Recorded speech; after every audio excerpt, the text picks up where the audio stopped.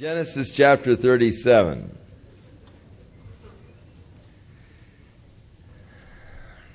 And Jacob dwelt in the land wherein his father was a stranger, in the land of Canaan. And these are the generations of Jacob. Joseph, being 17 years old, was feeding the flock with his brothers. And the lad was with the sons of Bilhah and the sons of Zilpah, his father's wives, and Joseph brought unto his father their evil report.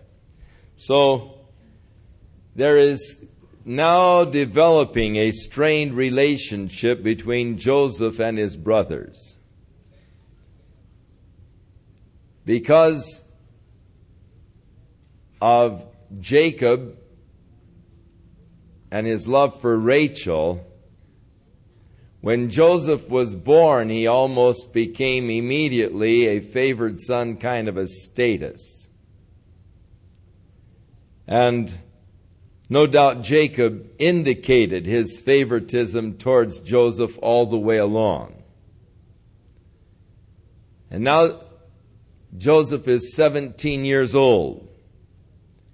And he's out as all of the boys were engaged in the industry of shepherding, but his brothers have been goofing off, and Joseph is the tattletale. He comes and he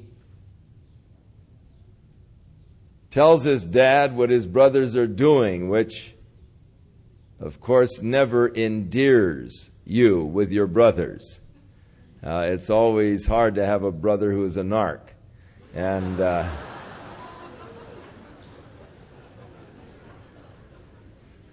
so that's just thrown in there. It just, the scripture verse 2 is just sort of thrown in there, I think, to just give us a little bit of the insight why his brothers really began to resent him and hate him. He was Mr. Good Guy, and they were bad guys, and he was telling on them. And he was bringing their evil report to his dad. He was reporting on them to their dad. And so that is surely going to bring resentment against Joseph, which of course it did.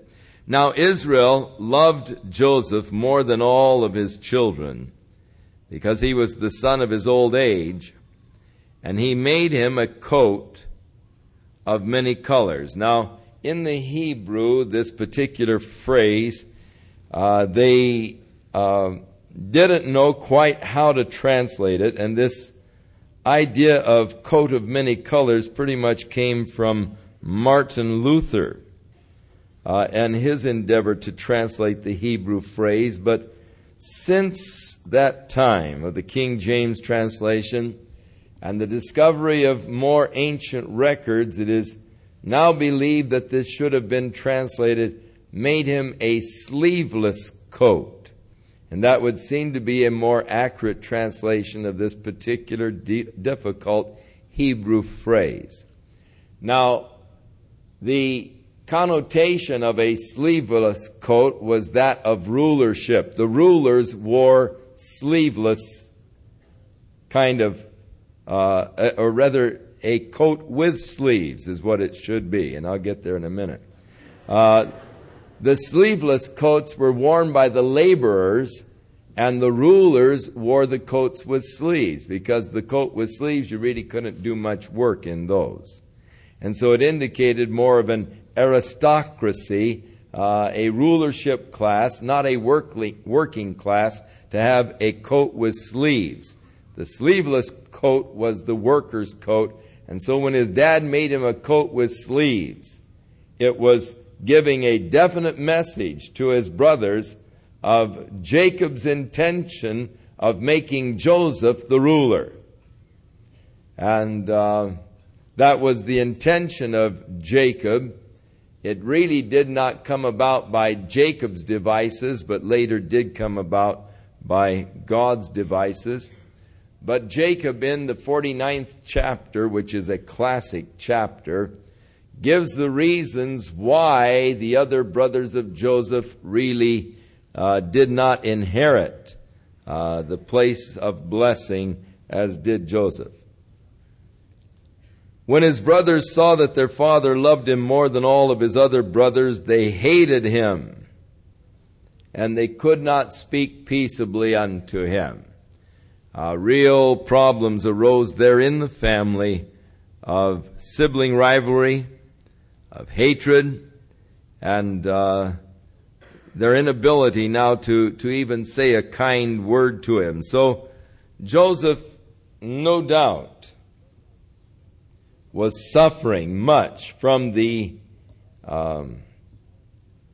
attitude and the actions of his older brothers. Can you imagine having 10 older brothers that were sort of jealous of you because of your position?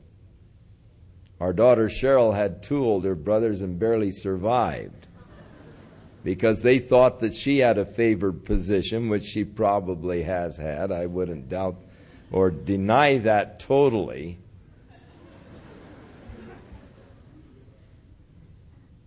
But she suffered much at the hands of her brothers because of their supposed, at least, favored position that they thought that she had within the family, just because she rules it.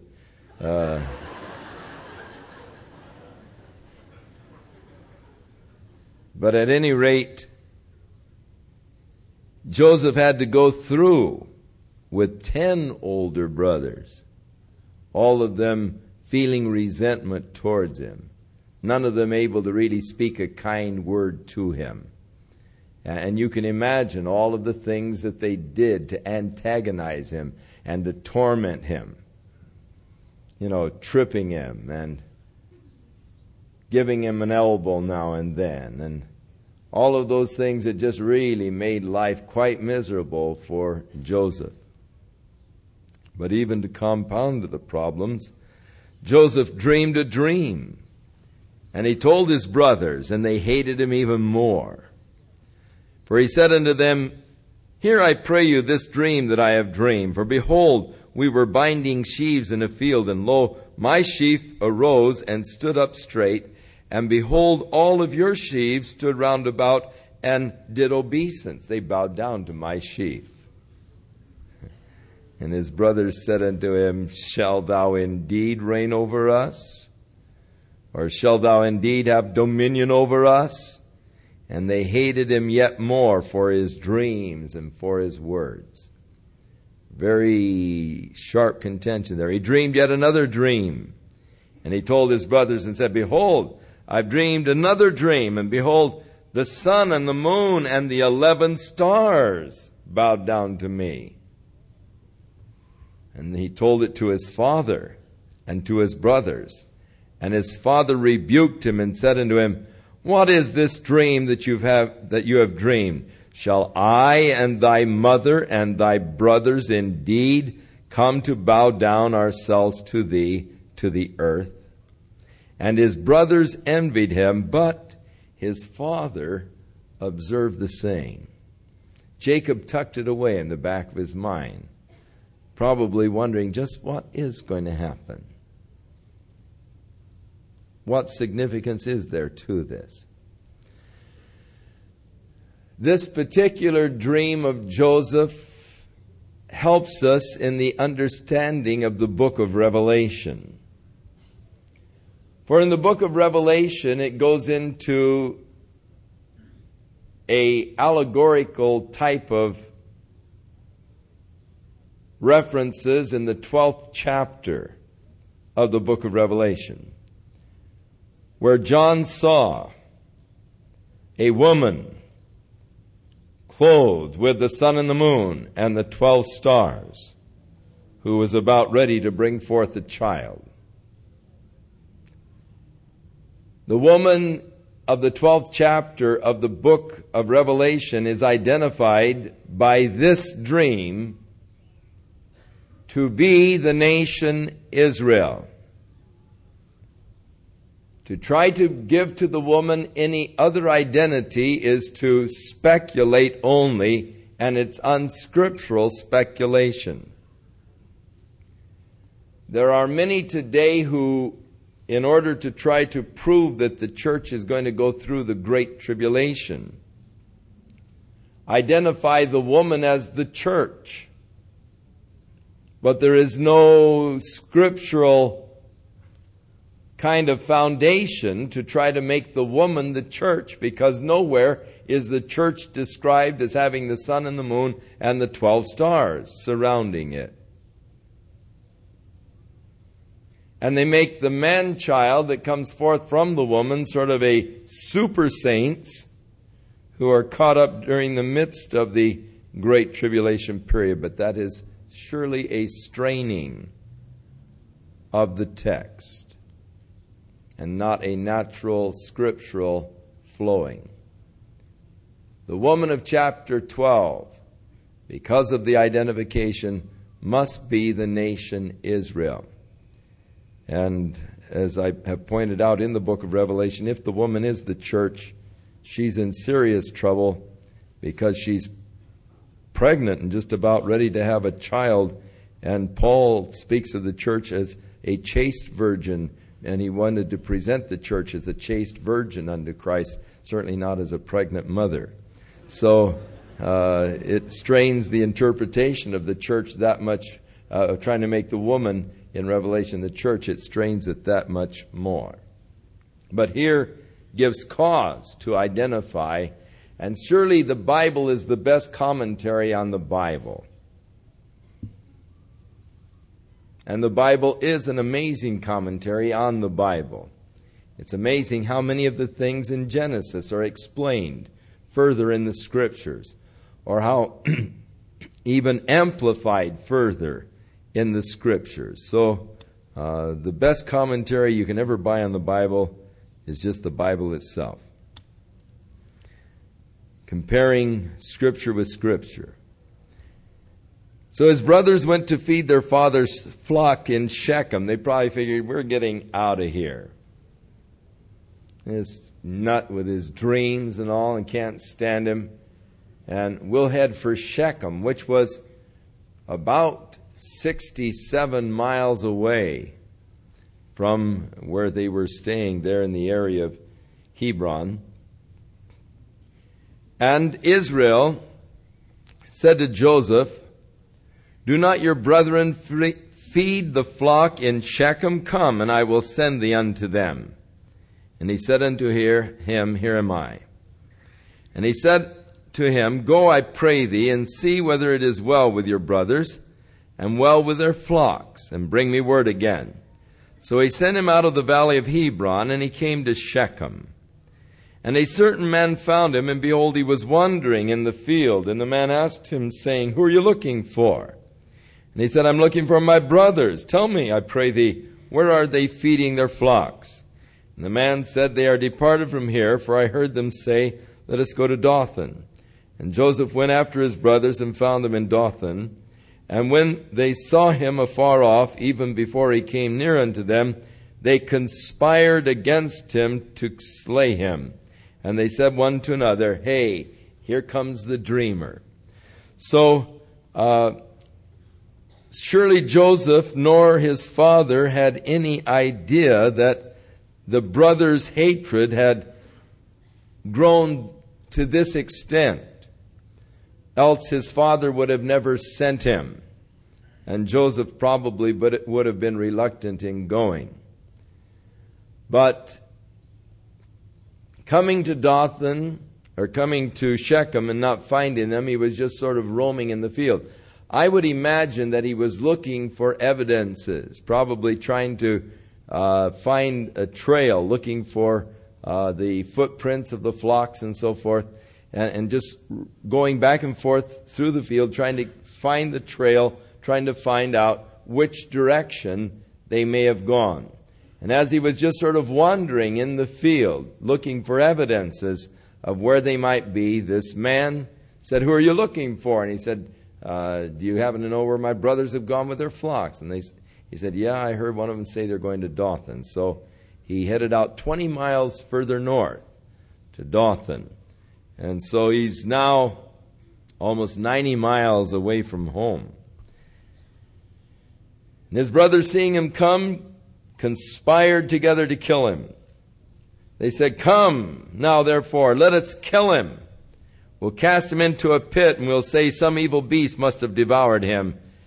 And we will see then what will become of his dreams," showing the deep resentment they had towards his dreams. The very idea that they would bow down to him will thwart, really, the plan of God. See what happens to God's plans after we kill him. Of course, there are many who see in Joseph a beautiful type of Jesus Christ. And Satan's endeavor to destroy Jesus to see what could become then of God's plans. And, of course, God's plans were fulfilled in the death of Christ. Reuben heard it, the oldest brother, and he delivered him out of the hands and said, "Hey, let's not kill him." Reuben said unto them, "Don't shed blood. Let's just throw him in this pit that is here in the wilderness. And don't lay any hand upon him, that he might rid him out of their hands to deliver him to his father again." Now, Reuben, being the oldest brother, would be then the one who would be most responsible. He would be the one that would be responsible to his dad for his youngest brother. And so, seeing that these guys were really serious in their intention to kill him, he felt that it was his responsibility to save him from their anger. And so he suggests an alternate plan. Don't kill him. Just throw him in the pit. Let him starve to death. And that way you don't get your hands bloody. And you won't have his blood on your hands. You just let him die there in the pit.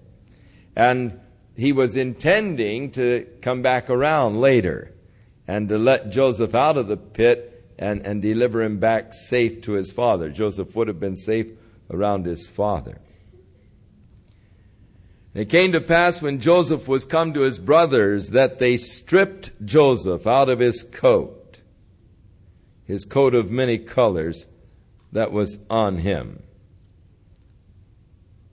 even as they stripped Jesus of his robe and cast lots. And they took him and cast him into a pit. The pit was empty. There was no water in it. So it indicates that it was probably a cistern. Now, all over that land, they have dug these huge cisterns in the rock, which are water reservoirs. And some of them were dug in an area where there was a fracture in the rock, and they would not hold water. So here was a cistern. It was empty. They usually, all of them have very steep sides. And so they decided to dump Joseph in the cistern. And they sat down to eat bread. And they lifted up their eyes, and behold, a company of Ishmaelites came from Gilead with their camels, bearing spices and balm and myrrh, going to carry it down to Egypt. And Judah said to his brothers, "What profit is it if we kill our brother and conceal his blood? Let's sell him to the Ishmaelites, and let not our hand be upon him, for he is our brother in our flesh." And his brothers were content.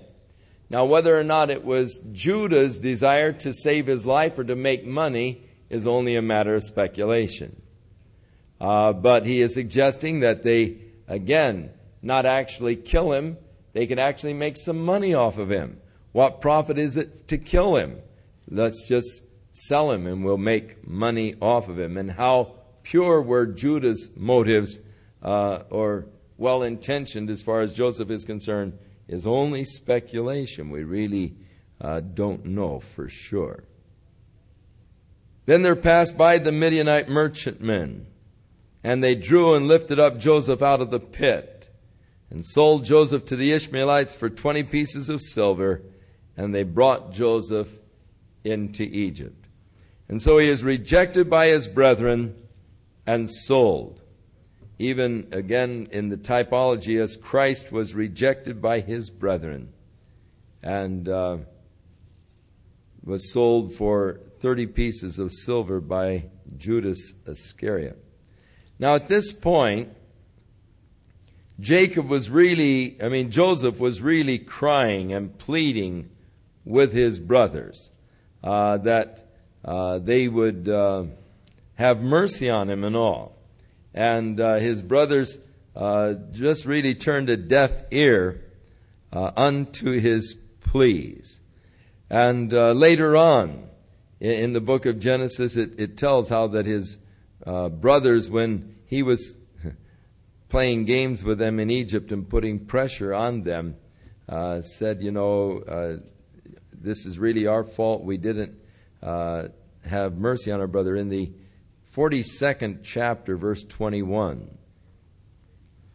And they said one to another, we are verily guilty concerning our brother, in that we saw the anguish of his soul when he begged us, and we would not hear. Therefore is this distress come upon us. And so, going just a little bit ahead in the story, when Joseph became the ruler in Egypt, and his brothers came down to buy grain, they did not recognize Joseph. Of course, some 20 years had transpired. Joseph was just 17 years old when his brothers sold him. He was 30 years old when he came to Pharaoh, and he was 7 years of the famine, of the feast, or the plentiful years. So he was at least 20 years older since his brothers last saw him. And he was now older, matured, and had no doubt the style of hair and beard and so forth as the Egyptians.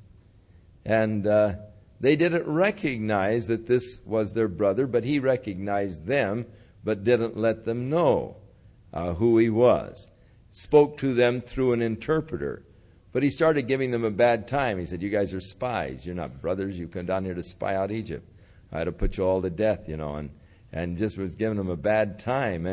And so he was giving them such a rough time, they started talking to each other in Hebrew, not knowing that he could understand. And they said, hey, and it shows you that you can't get away from your guilt. You may bury it down in the recesses of your mind, or you might try to sublimate it, but guilt will out. Somewhere or other, guilt will out. It'll out in a neurotic behavior pattern, or it will out in some form or other. Guilt will out. There's only one thing that can remove your guilt. And that is confession to Jesus Christ and receiving His forgiveness. That's the only thing that can remove your guilt. And so the brothers, 20 years later, are still feeling guilty over the act that they did. This is caused because we saw the anguish of his soul and we didn't give any heed to it. So Joseph was really begging them, pleading with them, no doubt crying. And yet they were heartless. They were hard. And as he was being carried away in this caravan, probably chained to the other slaves, looking back, pleading, crying, don't do this. And they didn't have any compassion upon him whatsoever. So later Reuben evidently had gone off someplace while the brothers conspired to sell him. Reuben came back to the pit and saw that it was empty. And he tore his clothes, and he returned to the other brothers, and he said, the child isn't in the pit, and I don't know what I'm going to do. And they took Joseph's coat and killed a kid of the goats and dipped the coat in the blood. And they sent the coat with long sleeves and brought it to their father and said, we have found this coat. Do you know whether or not it is your son's coat? And he knew it, and he said, it is my son's coat. An evil beast hath devoured him. Joseph is without doubt torn in pieces. And Jacob tore his clothes and put on sackcloth, and he mourned for his son for many days. And all of the sons and all of the daughters plural, so he had other daughters, only one is named, they rose up to comfort him, but he refused to be comforted. And he said, I will go down into the grave unto my son mourning. And thus the father wept for him. Jacob, the deceiver, deceiving his brother, or actually deceiving his father to get his brother's blessing, ends up being deceived. Deceived by his father-in-law Laban, and now deceived by his own sons. Notice the sons didn't say anything about it. They let the old man come to his own conclusions. They just brought him a bloody coat and said, do you recognize this? Does it happen to belong to your son? And they let their dad just jump to the conclusions that an animal must have killed his son. Joseph is no doubt torn in pieces. And they let him jump to that conclusion and then let him believe it. But they were deceiving him. And so again, he who deceived ends up being deceived. Now, the last verse seems to belong more, it just closes off this chapter. And then chapter 38 is just sort of a separate little story, all on its own. The Midianites sold him into Egypt unto Potiphar, an officer. The word officer here in Hebrew literally is eunuch, a eunuch of Pharaoh's, and the captain of the guard. Now chapter 38 is just thrown in to give us a little bit of historic background concerning the ancestry of Jesus Christ. For even as marvelous a person as Joseph was, his was not to be the blessing of having the Messiah come through him. The Messiah was to come through the tribe of Judah, not the tribe of Joseph. And so, God, by his own election and choice, choosing the tribe of Judah that it might be by grace and not by works, shows us a little insight into Judah and the fact that the ancestry of Christ isn't really a pure kind of an ancestry. There are several insertions into the ancestry of Jesus that if we were choosing a family background for our own son, we probably wouldn't have chosen. But in order that he might be fully identified with each of us, God did not choose a perfect lineage to bring him from, but imperfect, in order that we might feel an identity. Now it came to pass at that time that Judah went down from his brothers, and he turned into a certain Adullamite, whose name was Hira. And Judah saw there a daughter of a certain Canaanite, whose name was Shua, and he took her and went in unto her. Now, customarily, if you wanted to get a wife, you'd have your father go ahead and arrange a dowry. You have a big ceremony and everything else. Judah didn't bother to go through all of this. He just went down, saw this gal Shua. She was probably a nice-looking girl, and he just decided that let's just go ahead and you be my wife. We'll just live together.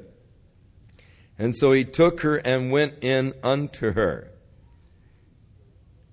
And she conceived and bare a son and called his name Shelah. And he was at Chezib when she bare him. Now that's only about 8 miles from Hebron. Judah took a wife. She conceived, actually bore 3 sons, Onan, and finally Shelah.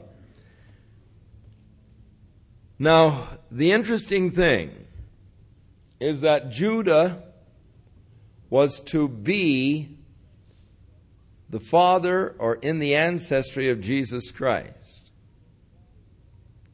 But Shua wasn't evidently God's choice for his wife.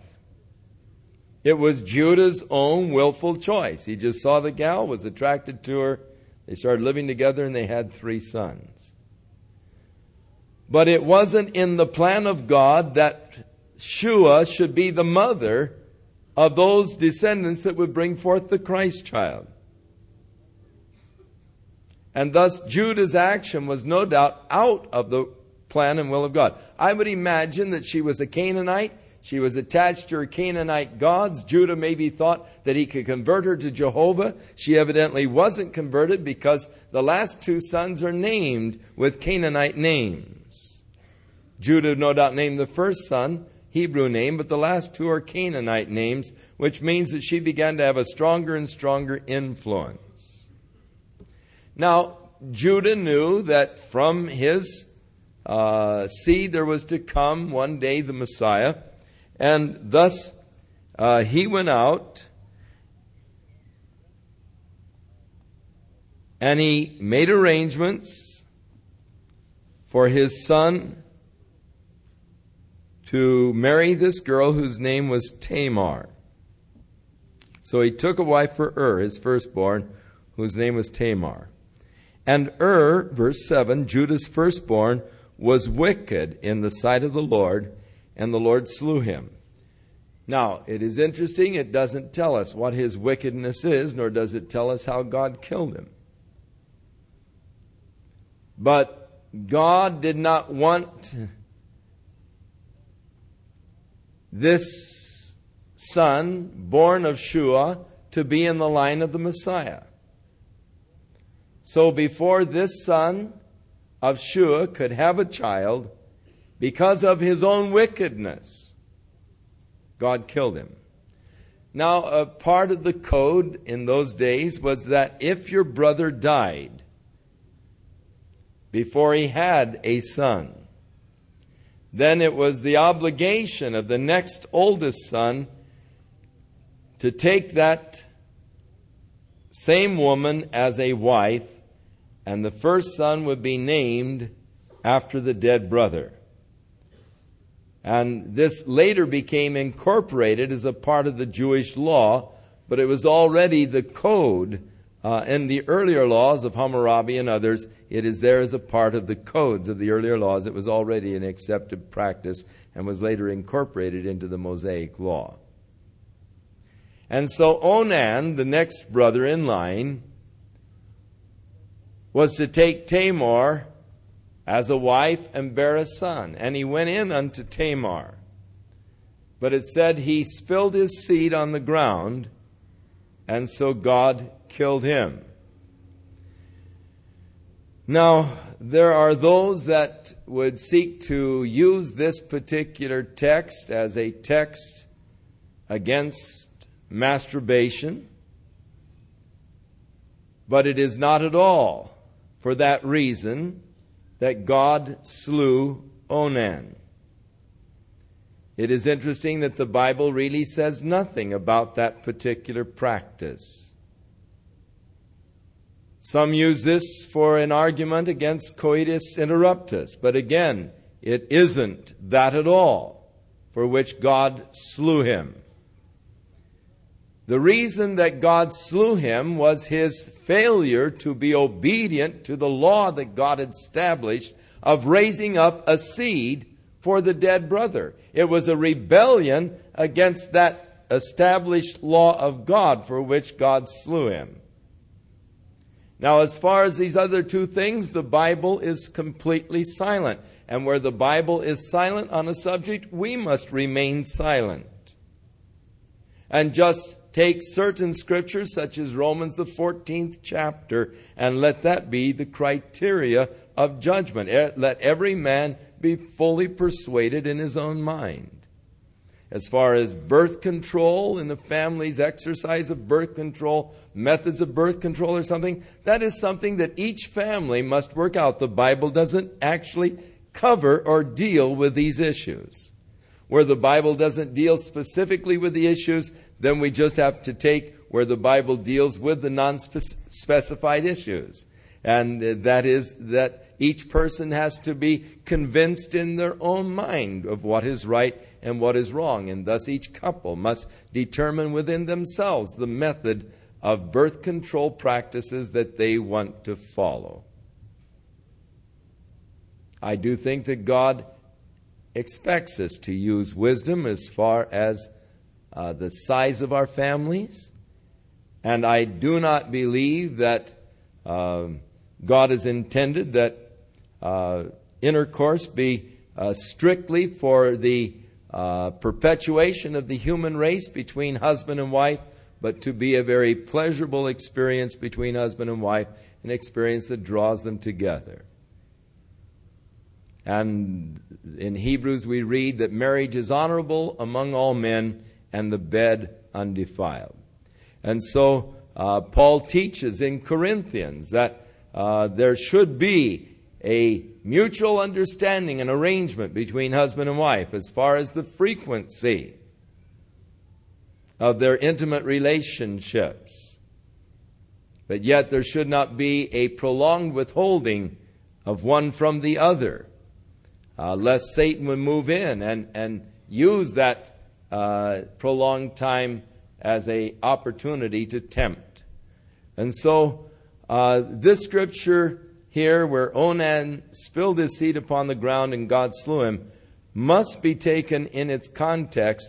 It is not an argument against these practices that men have used it as an argument against them, but it is actually because he failed and rebelled against the law of God in raising up a seed for his dead brother. That is why the Lord slew him. And that's why we don't have children in the Sunday evening services. Because it's good to talk to you on an adult level. And these things are there. They're issues in the Bible, and we shouldn't really skirt them. And I don't know what they did on the radio, but...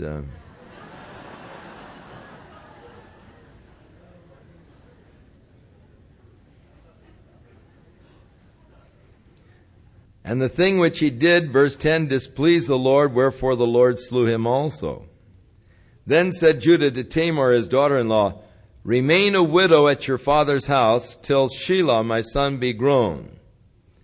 For he said, lest peradventure he die also, as his brothers did. And Tamar went and dwelt at her father's house. Now, Shelah was still a little young to get married. He was the youngest of the three brothers. But Judah, more than that, was fearful. Man, if two sons have died in a abortive marriage with this gal, he didn't want to lose all three sons. And so he says, you go home to your father's house and you dwell there. And he just sort of forgot her. Just sort of tried to put her out of sight, out of mind kind of thing. And just let her go. And now in the process of time, the daughter of Shua, Judah's wife, died. So this gal that he married, that really wasn't God's choice at all, died, and she must have been fairly young because Judah was only about 40 years old at this time. And so she must have been fairly young when she died. And Judah was comforted and went up to his sheep shears. Now, it doesn't seem like he spent too much time mourning over her. I would imagine that the marriage turned into a pretty sad affair. It was not really God's purpose that Shua be in line with the Messiah. She was a Canaanite and no doubt never did convert, and began to exercise more and more influence upon the family. And the Lord has now removed her at an early age, and Judah was comforted, and then he headed out for the party of sheep shearing, because sheep shearing was always accompanied by big celebration and parties. It was just a fun time of the year, and they would gather together and shear the sheep, and then they'd have a big party. And so he went to Timnath, he and his friend Hira, the Adullamite. And it was told Tamar, saying, behold, your father-in-law is going up to Timnath to shear his sheep. And so she put off her widow's garments And she covered herself with a veil and wrapped herself and sat in an open place, which is by the way to Timnath, for she saw that Shelah was grown, and she was not given unto him to wife. Now, her father-in-law had not been treating her right. Shelah is now a man, and he's supposed to be her husband, but they haven't been back to claim her. And so she's going to start to take things in her own hand. In putting on the veil and sitting in this place, actually she is taking on the guise of a temple prostitute. Among the Canaanite women, it was very common to be a temple prostitute. And even married women were required to give a certain amount of time during their life to serve their God in this way, because the fertility processes were worship in their primitive worships of God, their worship ceremonies of God, and so the women were required during times of their life to become temple prostitutes. They were giving their life, in a sense, to their God and the goddesses of fertility. And so she put on the garbs, the veil of a prostitute, and sat in the path on the way to Timnath. Now when Judah saw her, now it was maybe that she was hoping Shelah would see her, and then he was the one supposed to marry her anyhow, and she maybe was figuring to catch him, but instead the dad saw her, and of course his wife is now dead, and so he thought her to be a prostitute because she had veiled her face. And he turned in unto her by the way and said, I pray thee, let me come in to thee. For he did not know that she was his daughter-in-law. And she said, how much you give me? And he said, I'll send thee a kid from the flock. And she said, will you give me a pledge till you send it? And he said, what pledge do you want? She said, I'll take your signet and your bracelets and the staff that is in your hand. And so he gave it to her, and he came in unto her, and she conceived by him. Now this business, what pledge shall I give thee? Interesting, the giving of a ring and a marriage actually comes back to this. The pledge, to show sincerity. The pledge was always the purpose to show, I've made a promise to you, and now to show you that my promise is sincere, I give you a pledge. And so the ring is a pledge to show the sincerity of the agreement or of the promise. It's a guarantee of the promise. And so that's the purpose of a ring in a wedding. It's a pledge by which you're guaranteeing the fact that you're going to keep that agreement, that covenant that has been verbally made. And so he went into her, she conceived, and she arose and went away. And she put the veil from her and put back on her garments of widowhood. And so Judah, embarrassed to come back himself, sent the kid by the hand of his friend the Adulamite to get his pledge back from the woman. But he could not find her. Then he asked the men of that place, saying, where's the prostitute that was sitting here by the side? And they said, there's no prostitute around this place. And so he returned to Judah, and he said, I can't find her. And also the men of the place said that there wasn't any prostitute around there. And Judah said, well, let her keep it then. Let's not press it any further. I'm embarrassed about the whole scene. And so I at least sent the kid, and you haven't found her, so we did what we could. Now it came to pass about 3 months after that someone told Judah, Tamar, your daughter-in-law, has played the harlot, and she's with child by whoredom. And Judah said, bring her out and we'll burn her.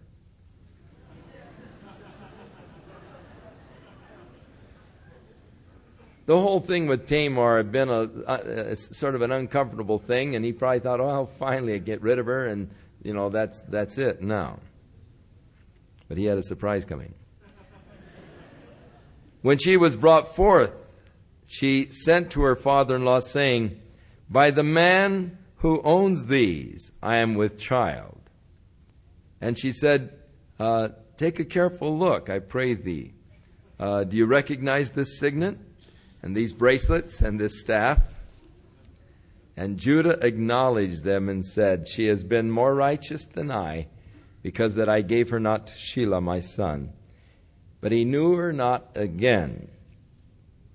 But it came to pass, in the time of her travail, that behold, twins were in her womb.